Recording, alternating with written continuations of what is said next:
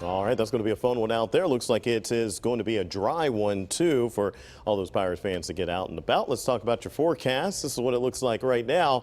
Simply fantastic weather out there. We are warming up. We're right at 80 degrees. It's 79 now.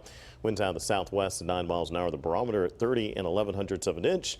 And if you remember this morning, we actually started off with our dew point in the 50s. We're now up to 64 degrees. Generally at 65 or higher than that. That's when we start talking about more of a tropical air mass. And we start also looking at every time we have a chance for rain, downpours will be possible, and that looks to continue to go up over the next couple of days. So it's going to be into the mid to upper 60s, maybe even around 70 as we're heading into both Friday, Saturday, and Sunday. Here's a look at those temperatures for you now, including Pittsburgh 79, Latrobe 79, the Du Bois area at 77.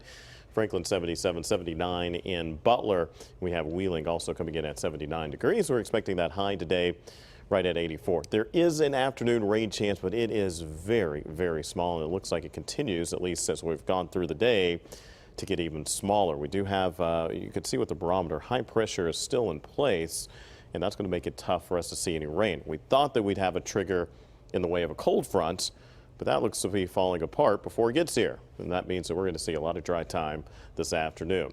Here's how I think your day is going to break down. We'll put that 4 o'clock temperature right there at 83 degrees. And at 6 o'clock, you'll notice we have it at 81 right at 2. We're probably just about a degrees ahead of schedule of where we thought we'd be at this point. Radar at least is dry, no surprise there. And even as we zoom out, there's that area of low pressure. Cold front was right there, but man, it's already starting to fall apart. We knew it was, but as it comes in, we'll watch it. We could see maybe a shower or two developing off of that, but that would really be about it. In fact, we did see, if you remember this morning, we had that marginal risk for parts of Allegheny, Westmoreland County, and places to the north.